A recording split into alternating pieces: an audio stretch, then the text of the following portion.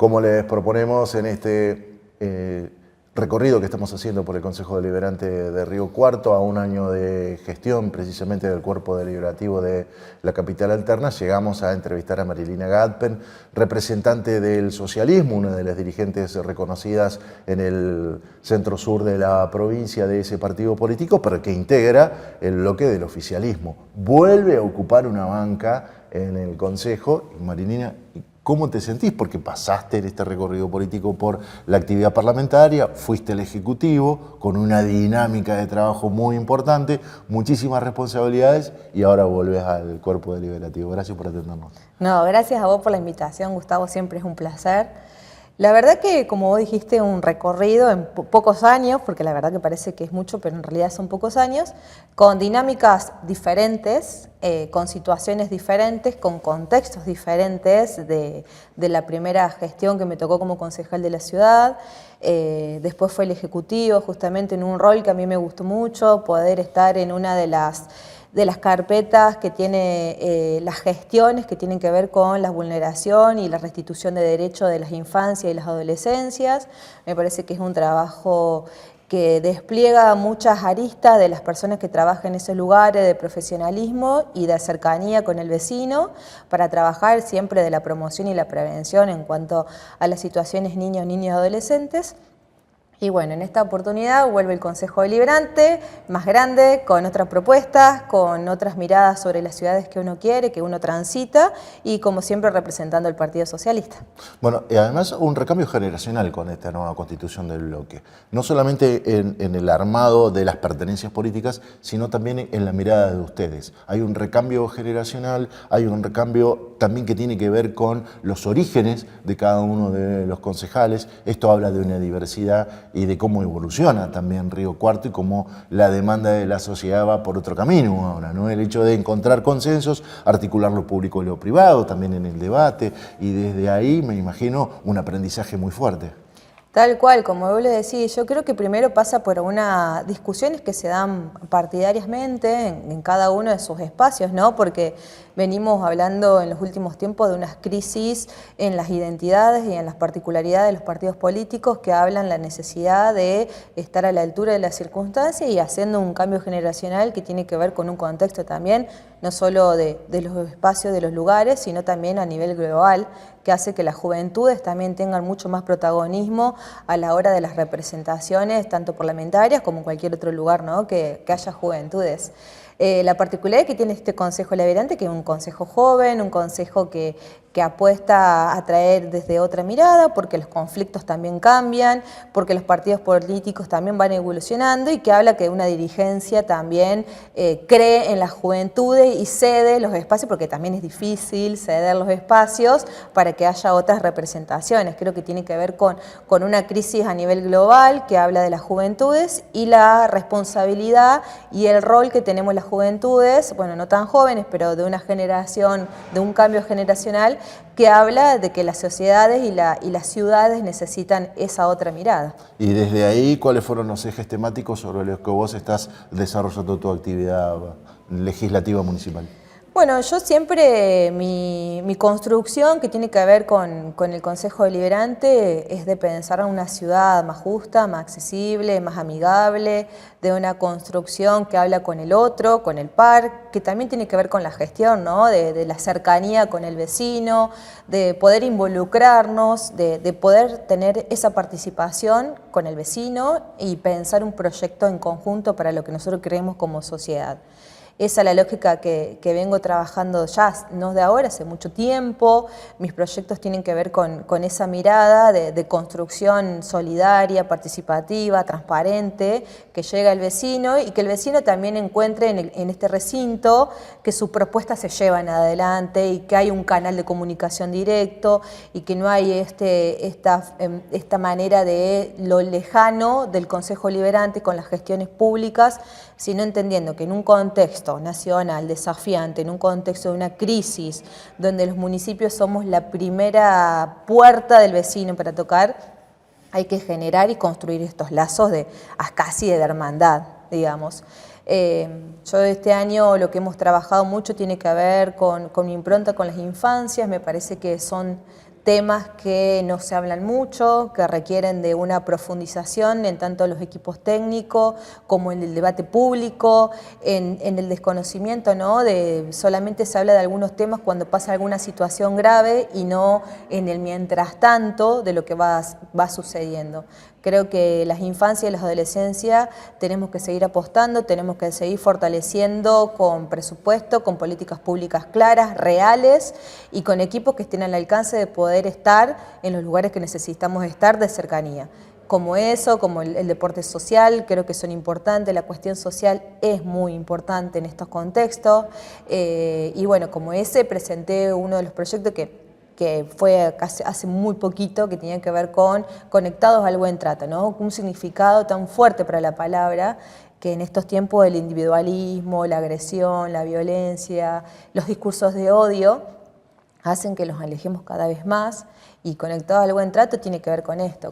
cómo es el vínculo con el otro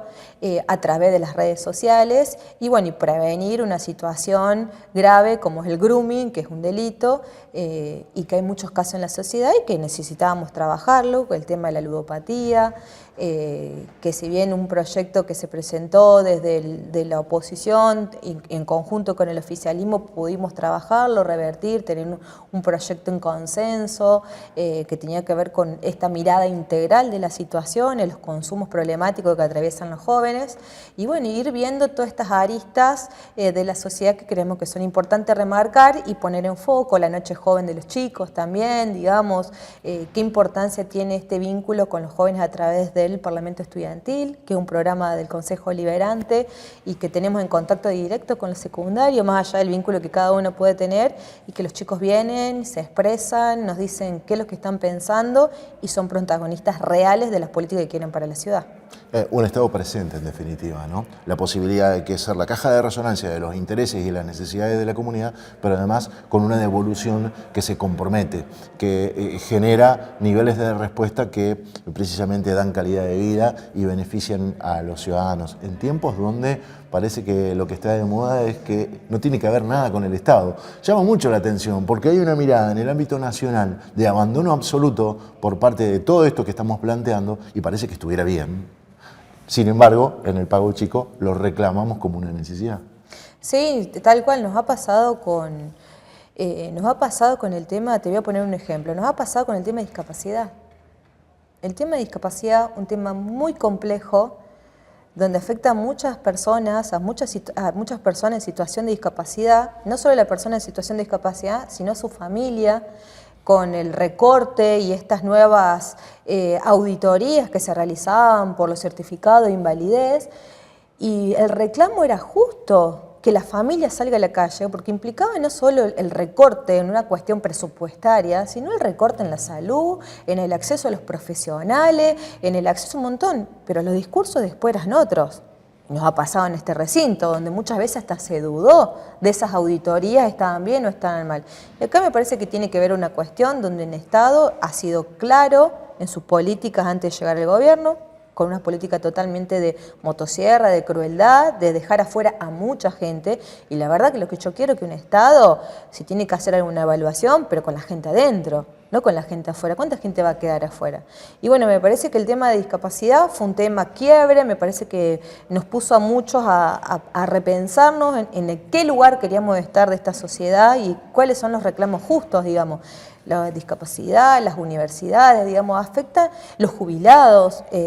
bueno, afectan muchas cuestiones que hacen a lo cotidiano, a la vida de una sociedad y que afectan directamente a nuestra ciudad.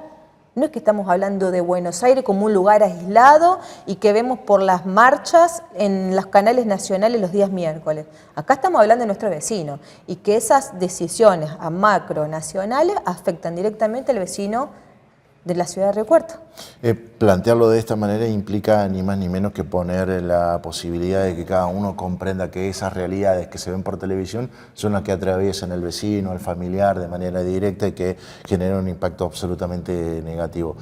La intención de mostrar lo que pasa en los parlamentos, en los consejos deliberantes, en particular el de Río Cuarto, que es la capital alterna de la provincia, con ustedes que son los protagonistas, tiene que ver con eso, ¿no? Con que comprendamos que la realidad no tiene que ver con lo que sucede sucede en la televisión que parece que es una ficción, es lo que nos atraviesa en todos los tejidos. En este sentido, ¿cuáles son los próximos ejes que vas a estar trabajando? Porque estamos a mitad de año, queda un segundo semestre de mucha, me imagino, de mucha dinámica parlamentaria. Sí, y déjame decirte esto, yo siempre voy a estar del lugar de los derechos humanos, de la gente, de la cercanía, y siempre, como lo he utilizado en mi banca en este Consejo Deliberante, siempre he levantado la voz y mi mano para pedir la palabra en cuanto a oponerme en no solo de las preocupaciones, sino en repudio a todas las políticas nacionales que tiene este gobierno de una extrema crueldad hacia los vecinos, hacia el ciudadano, hasta pareciera que odia el lugar donde está gestionando y donde ellos mismos se presentaron a elecciones. Eso por un lado, y